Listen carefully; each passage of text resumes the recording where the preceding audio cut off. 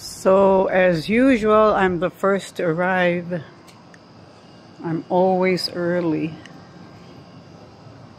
That's Mama Lily's place. I hope I see her later.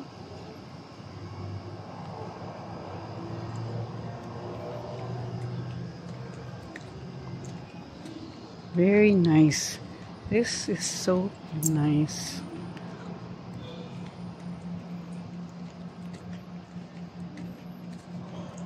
There's Mama Lily's. Actually, Tita Betsy's. No? That's what Mama Lily is. My 100, almost 101 Lola. But she is too beautiful to be called Lola. So, when I was a kid, I called her Mama. Mama Lily.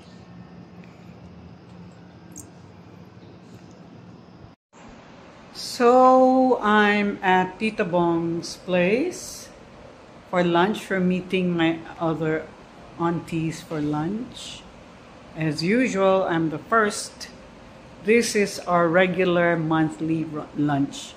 This time, Tita Bong prepared, she cooked for us, and something to look forward to, being with my aunties. Nice place. Tita Bong is still getting dressed. As usual, I'm the first. Where's my Mama Lily? Mama Lily Carriedo. Sino ito? Tita Ami ba yan? Sino yan? Sino kaya yun? Sino? Parang Senyorita Bong. Talaga? Parang hindi ka mukha. Yan si Mama Lily talaga. Ba? Late sila. Usually maaga yan sila.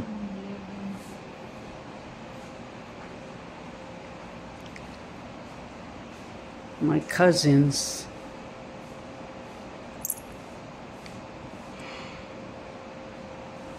My cousins. Carriedo side. My Carriedo side cousins.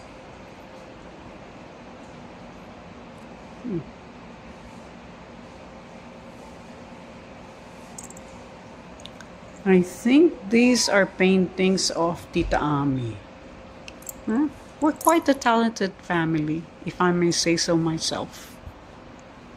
Tita Ramona, you're on video. Hi, is my hair okay? Yes, you're looking good. Nice to see you again. Nice to see you. I always look forward to our monthly lunch. Yeah. Of course. And Tita Nice Bong. to be here in your house, Bong. Yes. It's been a long time. No. 11:30, baka No, I thought you said 11. There's Tita Bong. 11:30.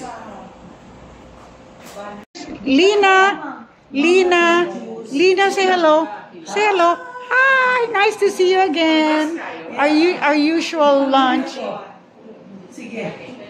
How are you? Okay, Tita Bong.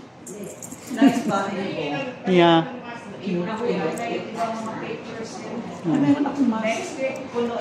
Yes. Wow, look at your that. favorite. I know. I love. If I'm gonna have rice, I prefer Yung sa croquetas, video chicken. na kayo ni Chari Zamora, ang dami niyong kinakain. Kinain mo yun? Tempura. Oo, kinain mo. Prepared that. Tonette. Tita Josie. Hello. Ano ito? Video. I like video eh. Yeah. Hello. Something. Busog na kami. Busog na kami. Ang sarap ng kwentuhan. Oh, grabe ang ano. With Fiesta time din pala doon. Hindi, break shop. you should hear our chismis. You should hear our chismis. I like this one better. Pero 6 a.m. open. May laman na. Pwede ka mag-bili ng breakfast. So, ganun ka, busy. 6 a.m.